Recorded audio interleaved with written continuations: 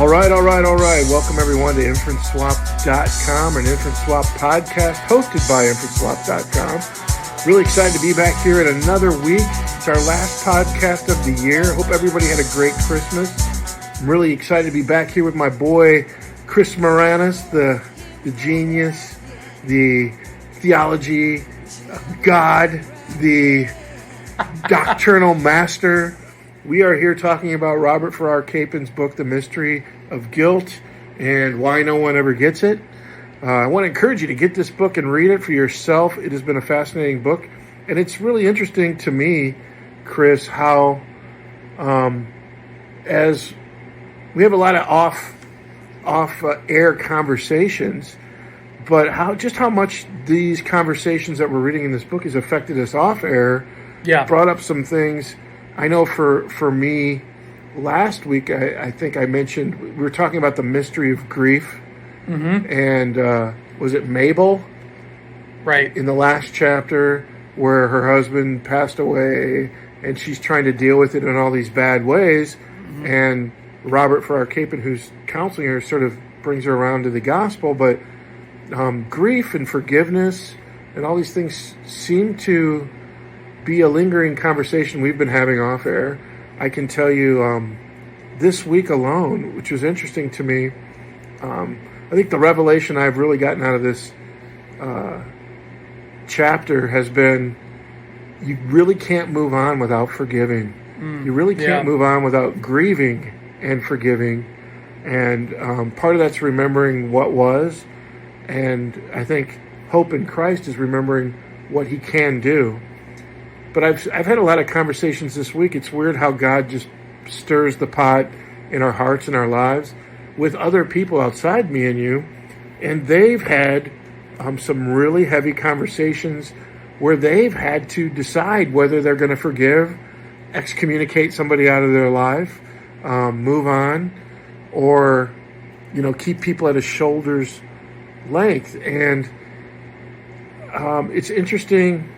I really don't know, grace is this thing that is all accepting, but there are sort of, relationally, we do have boundaries. Mm-hmm. We have boundaries. I think when people open up about grief, there is no boundary to that because we're listening. But when they use it as a crutch, that's when we might have to not let them put their hope in the sorrow of a thing, but their hope, we have to point them to something more than that thing itself as far as grief and forgiveness is concerned. So I've had some of that in my life where I've dealt with pastors, myself, hurts from things that have happened in ministry where you can hold a grudge, you can hold on to that grief, you can become bitter and hard. And I've had to take a look in the mirror and go, do I do that? Do I hold on to that thing? And is it that thing that's not helping me move forward, So we've had these deep discussions, and it's really a sort of a deep conversation to be had, Yeah. Yeah, as we discussed last time about Miss Mabel, so she she's a recent widow, I think for her last couple of months or so when she came to see Robert, and her husband had passed away. However, she didn't come as maybe a typical grieving person as you would suspect, just bawling in tears, all this stuff. What we find is that she was away, so he was a historian at a university, she was a psychologist, and she was out at a conference out of state whenever he had a heart attack and eventually had passed. But what you find, though, is that the issues that she's bringing into the conversation is not so much a depression of his loss, but there's this harboring of the feeling of, I chose to stay at the conference when I should have came back and been with him before he passed. She decided to even stay another night at a friend's house when it didn't seem like his heart attack was as severe as they made it out to be. But she even, goes on this pitch about how she's seeking legal restitution because she believes there's some medical malpractice that occurred that caused his death. And so what you find out is that her guilt, and the grief and everything she's carrying forward is not so much, like I said, where she is just feeling overwhelming emotion over the loss of a friend. It was, I can't even begin to deal with this, and so I'm going to erect these things in front of that I can control, and which is I'm going to sue the hospital, I'm going to pursue that, because if I can prove that his death was due to medical malpractice, then I am justified in my decision to not come back. Okay. So, as we just sort of, I don't know where you want to take this conversation, but I'm sort of just thinking, like, do you think grief can be a selfish thing? Yeah, definitely it can be if you're holding on to it and using it as a crutch to your life, or even just, or in her case, the using the grief to harbor her emotion to not deal with it. And so I think that grief can be used as a scapegoat to focus on not actually grieving through it, but allowing it to pull you away from what you find out is some unforgiveness in her heart and everything. When grief is selfish, do you think it is unforgiveness? Well, I don't know. I don't know. What do you think? I'm sitting here just pondering that right now. Like, I do think you can weaponize anything. Sure. When it comes to emotions, to pull emotions out of somebody, to get them or to manipulate them to do the things that you want them to do. So that in itself is what I would call ungodly. Mm. Would you agree with that? Sure. Yeah. Yeah, absolutely. But that's sort of a psychological analysis of the grief. But in her case, do you think that's what she's doing? Is she weaponizing grief, or is to lift herself up to be righteous? Or is it just this, she doesn't know what to do with it? Do you know what I mean? Like, and when I look at people, I think grief is this hard thing to navigate. Yeah. I mean, you've had grief. What do you do with it? I mean, yeah. Well, sometimes you hit it head on, and sometimes you just stuff it down, and and other things that I'm taking its place. And what I'm finding with Mabel is, I think personally, the grief that she's going to have has to stem from the fact that she woefully knew her husband was sick and decided not to come home and be with him. And so she did not get to say goodbye to him. She did not get to be next to him when he passed. And so that is the grief that she must wrestle with. But she is unwilling to do so. And so she's going to erect, like I said, medical malpractice and all these other things to prevent her from dealing with it. And so there's some unforgiveness to herself, that the decision she chose and all of that. And so really what you find out is that the grief that she had, she couldn't even acknowledge that she was grieving, because she was setting up these roadblocks that came even before the grieving process. Yeah, and it's interesting, like Jesus in the Bible, there's, I'm thinking of Lazarus. Uh-huh. When Jesus deals with Lazarus and then Martha and Mary, they're definitely in a grieving process. Oh, yeah, sure. Would you agree with that? Absolutely, yeah. Yeah, and I don't think Jesus never really came or spoke in a way where, as we're living this life, that we won't go through that process. Right. So, him as being life, resurrection, death and resurrection in the theme of good news, I think it's only in him where we can find hope in that process. Now, we've both been through things. Where do you see hope in the process? Because, have you ever heard of like the 7 stages of grief and all that kind of stuff? Right. Like, I was sort of like reflecting on that. The first is you're shocked and you deny it. The second is pain and guilt. Anger and bargaining is the third, where we find her. Anger and bargaining. Then the next one is depression. And reflection and loneliness. And then there seems to be a turn, and then you work your way through it until you accept it. Now, with Christ, he gives us this hope. What is the hope in this death? Yeah, I think there's definitely the hope that there's going to be a reuniting. I think there's part of that, but there is the hope in the resurrection that Jesus has shown through his life that death is not the end, and it's something that you might want to say it's the ritual rite that everyone has to go through. Like, everyone dies, we all know that. But there is this hope that there's life beyond that. So it's not shut your eyes and it all stops. There are times like when I reflect on my own grief and things that have, a father passing away when I was 16 years old. I think relationships we have that don't work out can feel like a death. Marriages or whatever. Good friends that been friends for years that turn, or you name it. How do we? Why is forgiveness so integral to this thing? What does it have to do with grief?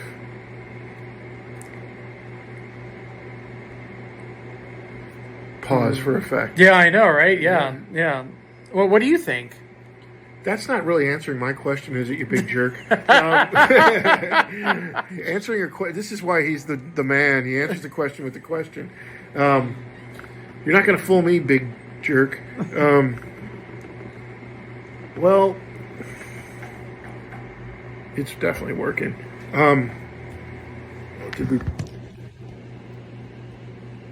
Yeah, we're fine. When it comes to... Sorry, we had to check to see if our recording was actually recording. So what was my question? What does forgiveness have to do with this guilt? I think, even if there's no blame, I think we remember the good, the bad, and the ugly. Yeah. I think we have to, in her case, I haven't figured out whether her grief is selfish. In other words, like she wasn't there for him and then he died, kind of a thing. Right. Or if she's trying to use that to manipulate, to get her way in her own righteousness, to lift herself above the situation. I think humility is submitting yourself to the situation and the process in order to get through the process. And that doesn't necessarily make you a weak person. Yeah. Actually, I think it would make you a pretty strong person. And it's weird how the world has turned that upside down. But as far as forgiveness is concerned, I think, there's always some regrets in the process that we have to forgive ourselves for. Understand that God forgave us before we asked for forgiveness. In a sense, repentance is almost a joyful thing, in that we know as we turn towards God that we will be accepted, that the situation that he is in he has accepted and is there. One of my favorite things I've learned when it comes to like anxiety and fear is when I reflect on the Bible, here's these disciples who gave their life to Jesus, not knowing what we know now. Right. They're not on the other side of the cross, journeying with him. They're working out the kind of Messiah that they think he is, as opposed to the one that he is. And why I'm saying that is they basically leave everything that they have, everyone that they know, go on this journey with them that leads to Jerusalem, it leads to Rome, it leads to soldiers coming and taking Jesus away. Peter trying to fight these temple guards and these, and this is a big deal, And they crucified Jesus, and I can't imagine, if I'm putting myself in those shoes, when they see him take his last breath or hear, like what that felt like. Like, I just gave my life to this dude and he's dead. Do you know what I mean? Because they just didn't get that this Messiah thing was going to be a crucified Messiah thing. Right. You know what I mean? And then they go hide, and that was a selfish thing to do. It was also a survivalist thing to do, but it was a selfish thing to do. And having said all that, when you reflect on, what happened to Jesus and the anxiety and the fear and the grief of their best friend, somebody that they loved, that they'd given up everything for, was just now murdered and killed and stoned and beaten and, stabbed, and they pulled his beard out and, put 9-inch freaking, thorns in his head. They watched this, and there's nothing they can do. They were totally helpless. And one thing that's given me peace in that, when I get in these situations, is that if there was ever a time that seemed out of control, like, that had to be the time. And where I take comfort is, it was the exact thing that Jesus submitted himself to. Right. Where he was 100% in control. It was like, this had to happen. This is what it takes. And it shows the evil and the ugliness of our world. Everything evil put that Messiah guy on display to show them that they could overcome, that they could kill it. And yet Jesus submits himself and rises again and meets them where they're hiding, meets them where they're most anxietist, where they're most fearful, where they're most in grief, where they're most probably just in shell-shocked. Right. And where I derive comfort, and why this is good news, is he's in control. He was totally in control. And I think in times of anxiety, in times of fear, in times of grief, what we do, I think our nature is to take control. And it sucks. And we take control, and it doesn't get better. It gets worse, and we draw more into fear.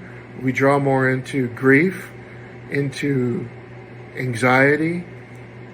And then we ask the question, well, if you're in control, John or Chris, why are you those things?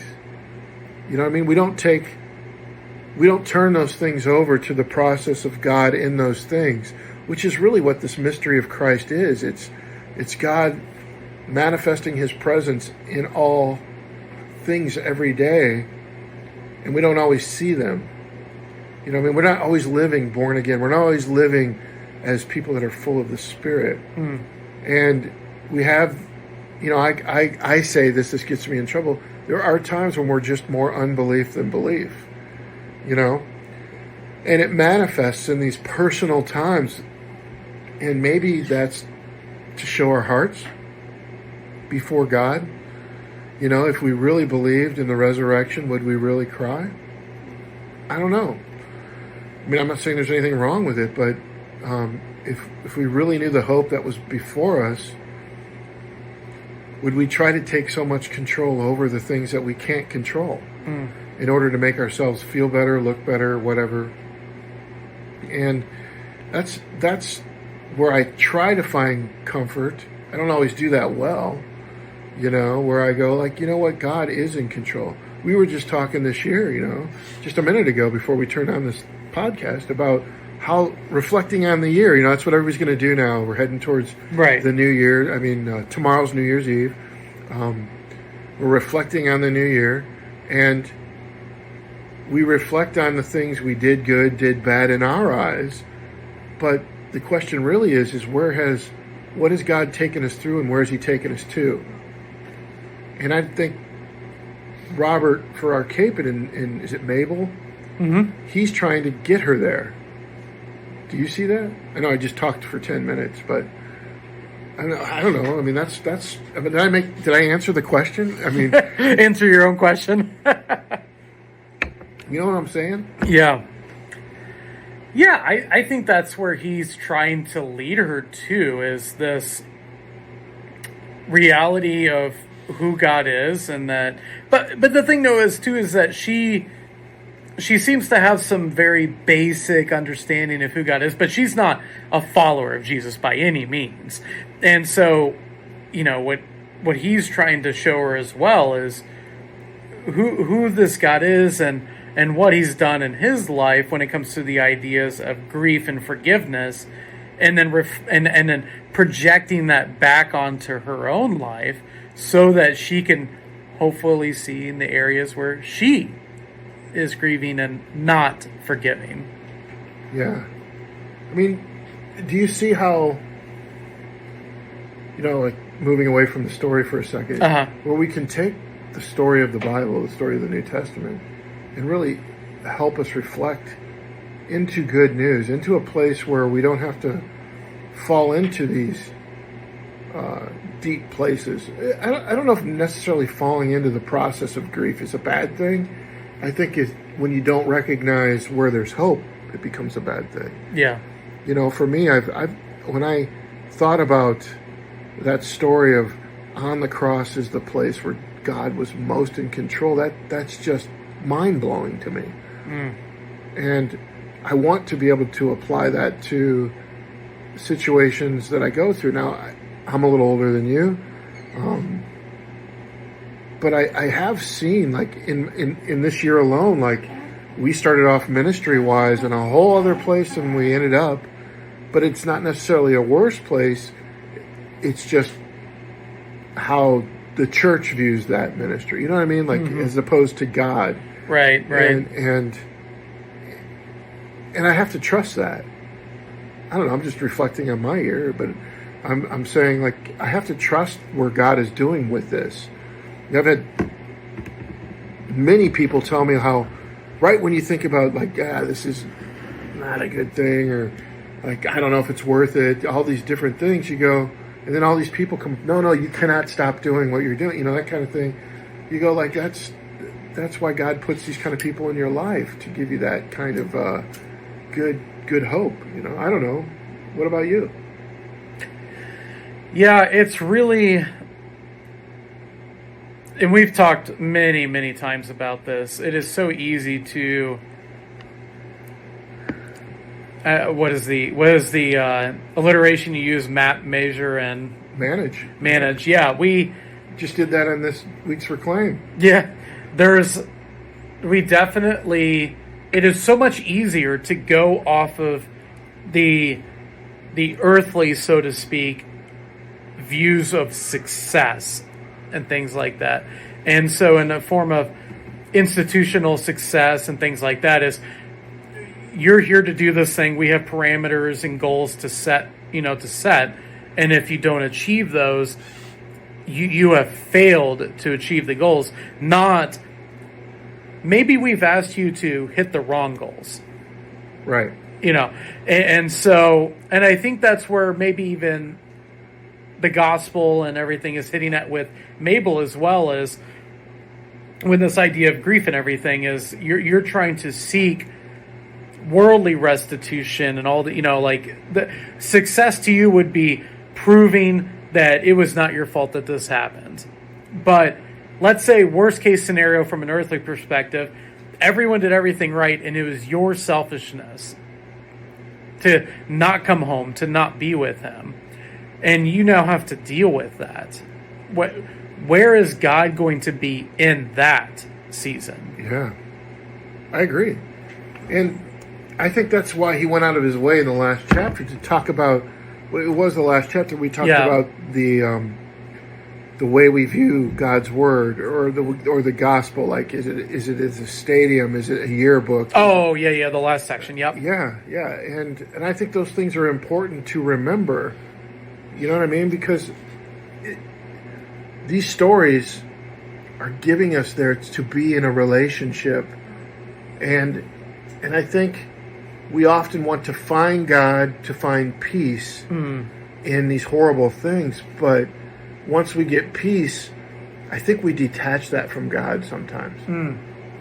Sure. Do you get what I'm saying? Like, and I think it's part, what that peace is part of being in relationship with God. It's part of who He is, the God of peace. Yeah.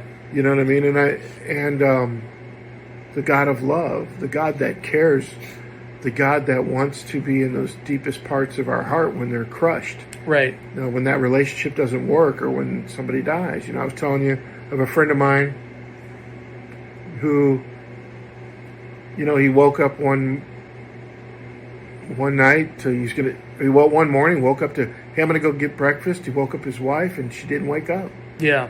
You know, and we were talking about journaling and stuff like that, but I can't imagine how hard that had to be for him to get through. Yeah. The grieving process. But he invited God into that situation. Right. And he allowed himself to be humble enough. This is what I remember about him. I really respect this out of him. To be broken. But don't you think it's in those moments, it's a very humble thing. Yeah. It's where you find God. Yeah, I absolutely think so.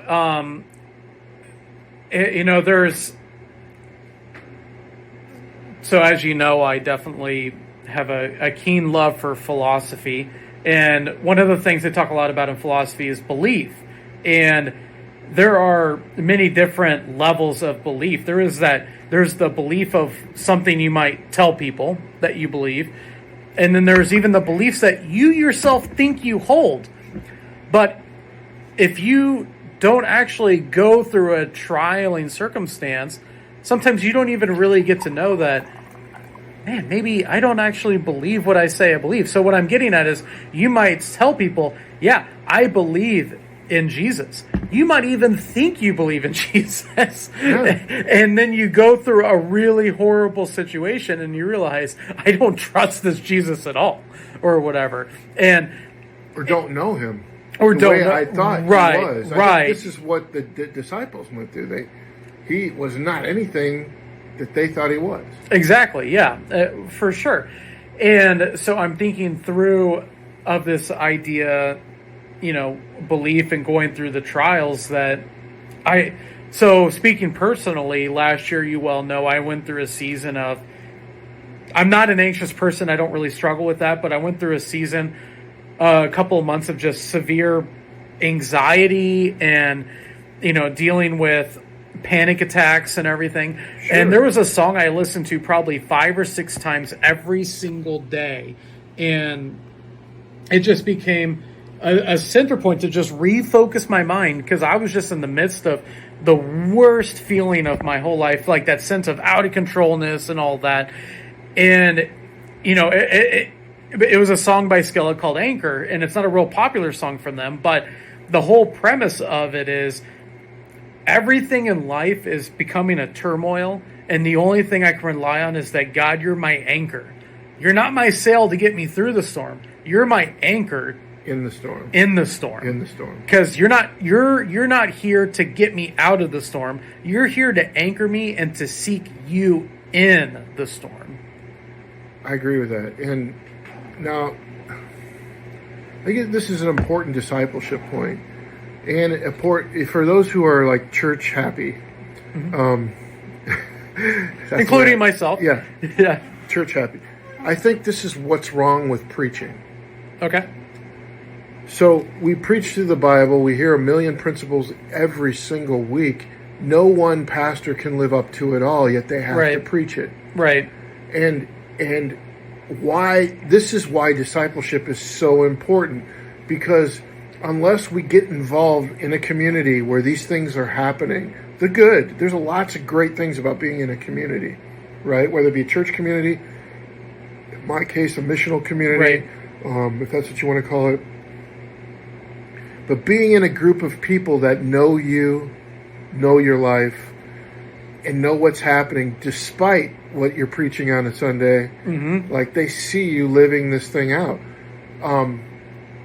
When these things arise, we can go to Scripture and live this thing out together and know how to encourage each other. Yep. When it's just a sermon, we detach from those things and we don't attach to them until the tragedy strikes. Yeah. And if I hear this all the time, I have all these preachers or these priests telling me all these things, but they're not there on the weekends. They're not there at the party. They're not there, and they can't be everywhere, right? Right. But they also have to be aware that this isn't just a principle thing. It's not a doctrinal thing.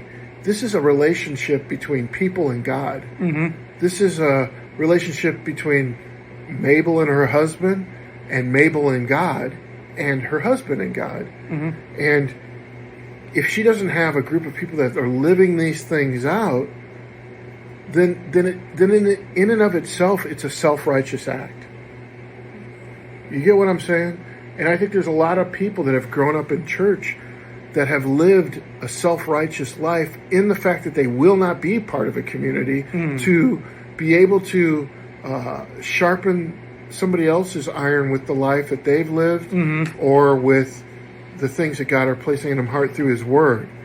And we can't bring good news to a group of people just by a proclamation from a pulpit. Right. Obviously, you can do that, but I just don't think it's effective when you're not in a legitimate community. Mm-hmm. This idea of like setting a TV up at this other church and people just showing up to hear that pastor speak is insane. Right. It's like these people need to be in community with each other and have the scripture there, the good news before them. And if they don't know and you don't know the good news, then all this grief is 7 stages of grief. Right. That some psychologist will help you go through. But it can be this thing that brings a humility in your life that makes you usable in that community, in these other relationships, and makes you lovable and more loved by God. I mean, if that's possible. More open to hear, to reflect who God is. Maybe that's the way to say that, And I think these are important things in discipleship. It's why I preach discipleship and community, because we can get involved in these deep discussions where they're meaningful. I've had this week I've been busy. You've been busy. Mm-hmm. It's Christmas, all this stuff. Still had people here for Christmas in our missional community. Still on Christmas night, supposed to be with the family. I'm here till 10 o'clock sharing good news with somebody who had to grieve the loss of a friendship because of the turn it took based on religion of all things, and how it affected him personally, and where there's good news in these things. But he was grieving, and I think without relationships in our life, it's just a religious principle. It's just this another sermon. It's like going to class in high school, And I think this is what he's trying to do here. He's calling almost for the death of Mabel, not physically, but to the things that are self-righteous, to the things that are keeping her from forgiveness, from the humility of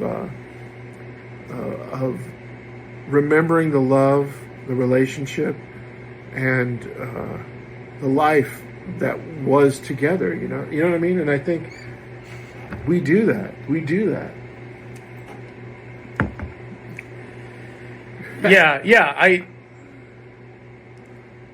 put that in your pipe and smoke it. Right? Yeah, you brought up, I think, some really good points about just the importance of, when you were talking about how important it is to be in community and share all this stuff, I was just thinking of the early church. That's all they had was each other.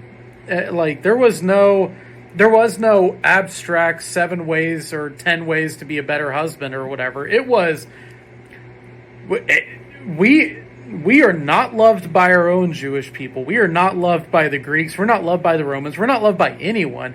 All we have is God and each other. And I was just thinking a lot about how they had the Old Testament, but most likely that would have been at a synagogue. They would not have Bibles the way we have them today. They wouldn't have been able to go, hey, everyone, let's turn to 1 John, 2 and look at and see what it says. They would have been, hey, you remember what Jesus said about this? Like, that's all we have. That's all we have to rest on. I agree. And so I want to bring this conversation back to the mystery of Christ. Okay. What do you think? Where does the mystery of Christ play into this? Well, I think see, we're talking about a new way of thinking, living, and being. So, where does the mystery of Christ play into this? Well, I think the mystery of Christ and the way that Capon defines it in the sense that Christ is everywhere in this, that it may be hidden from our viewpoint, but he is there. Is that this mystery that even though this woman Mabel, who doesn't even, as far as we know, believe in who Jesus is, that he is still empathizing in her situation, that he is still entering into her situation, and that he is wooing and inviting her to trust him in it. That's right. So he calls it the new order. Right. The old order, the thing is the way the old order is the way she's doing things. Yes. Yeah. The new order is to step into this humility and faith. There's that word again, faith, and really trust that God is who he says he is. Yeah.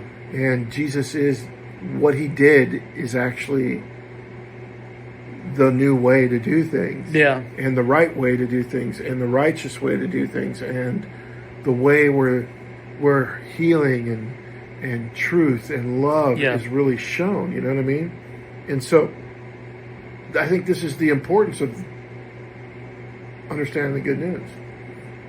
You get what I'm saying? Sure. Yeah.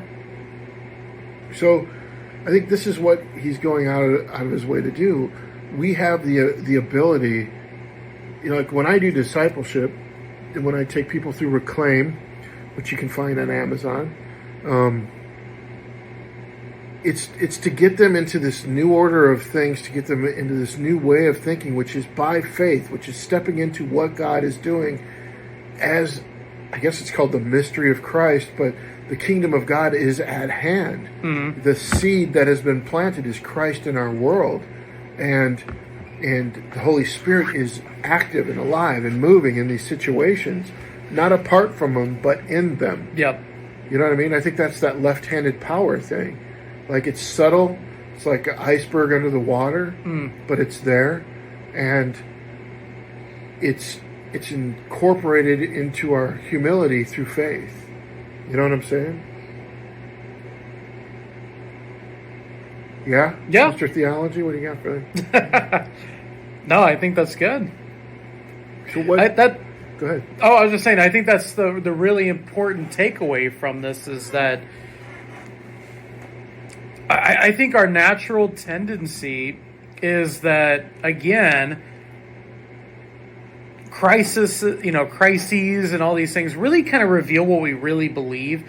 And so when things are going well, man, we can rely on God. We can talk about faith. We can do all this stuff. But when that crisis moment hits, when that anxiety hits, when all those things hit, what are we going to turn to? Are we going to turn to, God, you have this under control and I'm going to trust and press into you in it? Or am I going to fix the situation myself? And like, let's just get through this. Let's get back to normal. And then we can get back to our normal routine. Absolutely. I think, there's something that stuck with me. My mom, a long time ago when I was a kid,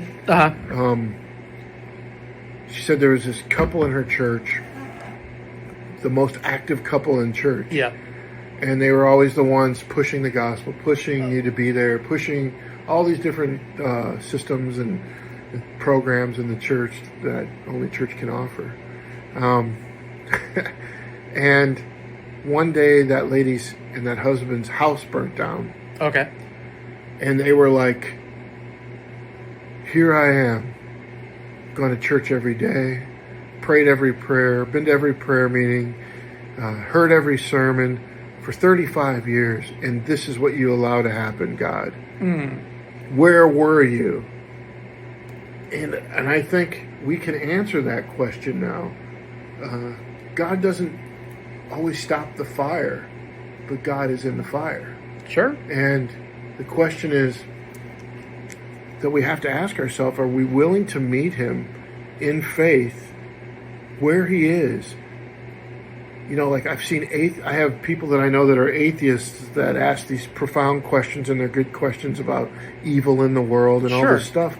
But they're not necessarily the right question. The question is, they're asking the question from the point of view of the God that they think that should be. You know what I mean? So like, why do evil things happen in the world? Sure. You know what I mean? Yeah. Based on the God that they believe should be and what he should do if he's this, that, or the other. Okay. Yeah. And I think what we learn, once again, is that God isn't the God of always prevention. He's the God that's always there. Yeah. And he allows the world to live as the world, and then wants a witness to him in this world. You know what I'm saying? Mm-hmm. And so the question, it's the wrong question is what I'm getting at. It's not, where were you? The question is, okay, now that this thing has happened, where are you? How do we meet you in this thing? Which is very hard to do. It's against our human nature. You know what I mean? Yeah, and I'm just thinking through of like a lot of the lament psalms, where they say, God, you said you're this, you are not with us. I'm thinking about like Habakkuk, where Habakkuk just rails into God. Like, you promised that you would protect Israel. You promised this, and this is happening. But what you find is that there's a few that don't, but almost all of the lament psalms end with, essentially, regardless, I still trust in you. Like, from my viewpoint, the way I see things, it looks as if you have completely abandoned us. But I'm going to trust and rest. You're still here. I may not be able to see it, but you're somehow still here. I'm so glad you brought up the lamenting psalms. Yeah. Because that is part of Christianity we never talk about or hear. Yeah. Who preaches on that? Yeah. I listened to Bono. You know who Bono is? Is it Bono or Bono? Bono. I call him Bono. From U2, the band, right? What's that? And, it's before your time. I know. He's a Justin Bieber guy. Oh, okay. I know who that is. Yeah, so Bono talked about the problem with Christian music. And the problem is there's no songs like we're talking about. Of lament. Yeah. Their favorite song is Psalms 40, How Long Oh, do we sing this yeah. song? How long do we sing this song? But I do think it is something to take into consideration. Like, I always think, you tell me what you think about this, a little, not off topic, but, God he creates everything according to the Bible, and then he sort of hands it over to man. Right. And says, you manage this thing. Yep. And then we manage it, and we manage to blame it all on God. You know what I mean? When we're the one managing it, and he's letting us do what he said he would do. He gave us the freedom to rule and reign and manage this thing how we see fit. And prayer is really an invitation for him to move in these things, even though he's always there. But the Psalms, the good Psalms, I guess there's a lot of good Psalms, but the lamenting Psalms are just what you said it was. It's an invitation to see him in the anguish. Right. In the deep lament. And I don't think there's enough true understanding of, I think it's an American thing. I don't know, like there's not, we don't want to hear anything that's just not prosperous. You know what I mean? We don't want to hear that if we tithe every week because they tell us to, that it's not going to make a difference any way in your financial Oh, you're not going to prosper out of it. Right, you're not going to get healed because you give more. You know what I mean? There's no miracle around the corner for it. Those are things we place our faith in, not for God, but for us. You know what I mean? But we do have hope if we'll reach out to the God that is there before us, if we're willing to learn who he is. Right. You get what I'm saying? Like, we want this God that sometimes isn't the God of the Bible. It's the God we've created out of the Bible. Yeah. I agree with that, because I'm just thinking through, like, we are just like the disciples. We see Jesus and what he's doing, and we have an idea of who he is. And then when he reveals that he's not who we think we are, what are we going to do? Like, are we going to scatter? Or, or humble ourselves. Well, you think about, like, so there's approximately 5,000 plus people following Jesus. And then John was at 4 or whatever. He goes, okay, I'm going to figure out who really is following me. By the way, you guys are going to have to eat my flesh and drink my blood. And they all run away. Yeah. And what does he say to the disciples? Are you guys going to turn and walk away also? And what do they say? And it's one of Peter's most famous lines. Oh, Lord, to where will we go? Yeah. And this is also the same Peter that rejected Christ 3 times. Like, right. I think most of us resonate so well with Peter, because he is almost like an archetype, so to speak, for sure, of us. Yeah. He is the guy that's like, Jesus, you're the Messiah. You're the King. Jesus goes, Peter, you're right, and I'm going to go to Jerusalem and die. No, you're not. Get behind me, Satan. Yeah. Like, that's our relationship with God. God, you're the master of the universe. You are the most amazing thing ever. Yeah, but I'm going to do it this way. We see the one that he heals, not the 20 he walks by. Right. Yeah. Right? Yeah. I mean, I'll tell you a funny thing I did, and you're not going to be surprised by this. I saw this church, and I was really, it was a dying church. Okay. And it was a legitimate church, great people, not saying anything about the people. But I began to realize as I talked to them that they were really worshiping the God that they wanted to be. Okay. And so it was like, I'll take the best parts of this thing that I want, and I'll worship that thing and call it God. Sure. And so it's not like God isn't love, right? We believe that God is love. Absolutely. So they turned the service over to me. This is me preaching, by the way. Okay. And I said, do you mind if I pray? And I read a prayer. And I said, how many? And at the end, I'm like, amen. And how many agreed with that prayer? And they're like, we agree with this prayer. And I go, good, because that was the prayer of Grandmaster Joe from the KKK. You get what I'm saying? Yeah. And I'm so what you're telling me is you agree with everything the KKK guy agrees with. You see what I'm saying? And so the point I was getting at as I got through the sermon was we all take the parts of God that we want. Sure. And we ought not always take the God that is. No, absolutely. We don't want to believe that God gets his hands dirty, that God allows things to happen, that God, in his infinite wisdom, allows things to play out because he knows the beginning from the end. He knows that his number one goal is us. Yeah. It's us. And we want to be in control.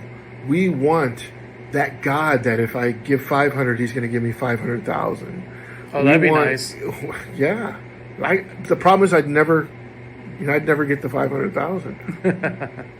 And that's because you just haven't sowed enough seed. Yeah, we got to sow some seed, bro. And you know what I'm saying? Like we just believe these things that just aren't true, and those things we don't realize become the proclamation of who God is in this world. Yeah. And not what he's trying to do here, which is to show him that God, or show Mabel that God is active in all of this stuff, and that we can enter into him even in these horrible times through grief. Through faith, and we can grieve. Sure. Another story I want to tell. down in that basement, we used to have prayer meetings down here. And this one time this girl came, won't mention her name, and she would start to pray and then get like bite her teeth and be like so mad. And I'm like, what's going on? Like, I just pulled her aside and I said, what's going on? And she's like, I can't tell God how I feel because he'll punish me. And I'm like, let me tell you a little story. God already knows how you feel. But if you'll enter into that relationship, you can say anything to him. Yeah. Because what he wants is the conversation. Right. Not this thing where we feel like we can't come to him. And it's a testament. The way she perceived God was so holy. Right. And you and I both believe God is holy. But that he couldn't like handle her anger. Yeah. Or her disappointment. Right. Or the conversation of why this happens. When in fact, that's exactly what he wants. That's what the Psalms are. I was going to say, did you tell her to read the Psalms? Like, yeah. Or even Lamentations, all this stuff. Like, can you imagine? Yeah. Yeah. So anyway, I guess we come to the end of this, and what's the takeaway? I think the big takeaway from like Mabel and what we can learn from that is, and this whole mystery of Christ idea is that even in our area of grief, even in the dark night of the soul, as a lot of people would say, is that might actually be where Jesus is shining the brightest, and it's just whether we're going to turn and see it or not. Yeah, I would like to just finish it off, and I agree with everything you just said there, but like the Gospel of John is really about light going into darkness. Right, yeah. It's going into the deepest part of darkness. And I think that's a beautiful thing. If we could only recognize where we're dark. That's how blind sin makes us sometimes. Yeah.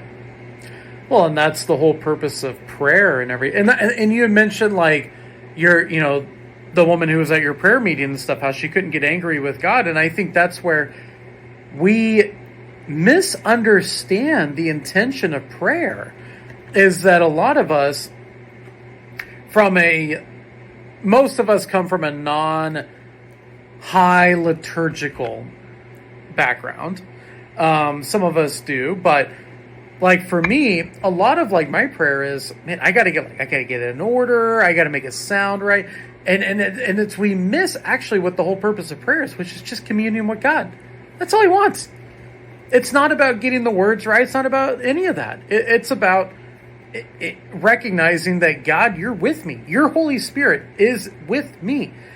And my only purpose of prayer is just recognizing that you're with me.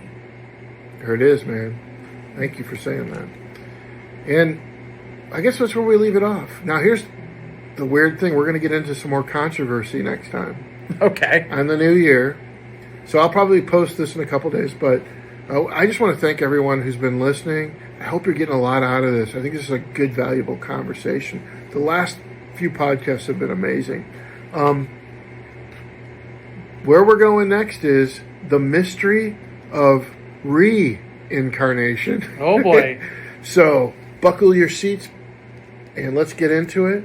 And we're heading towards the end of the book here. And then we'll have some last thoughts and we'll sum it all up. But I want to encourage you. The next one is about a girl named Stephanie. And then the crew's going to sort of engage on how he handles her. And we'll talk about that. But if you're going through things and you're having a hard time, the new year's here. It's, you maybe had a terrible year. It's been a COVID year. It's been a weird year. We've lost people. We've loved people. We've loved and lost. I want to encourage you to find yourself a crew of people that you can talk through these things with. And also understand that God is there in your presence. And all you have to do is reach in faith and ask him to join you where you're at. And don't be afraid to tell him how you feel. I really believe that's really key in any relationship. Like, I think we underestimate that honesty and that humility. Yeah. So let's go forth and have a wonderful New Year's Eve and a new year. And we love you guys. Thank you so much for listening. Be blessed And we'll see you on the other side of this year. 2022. Boom. We're out of here. Later, people.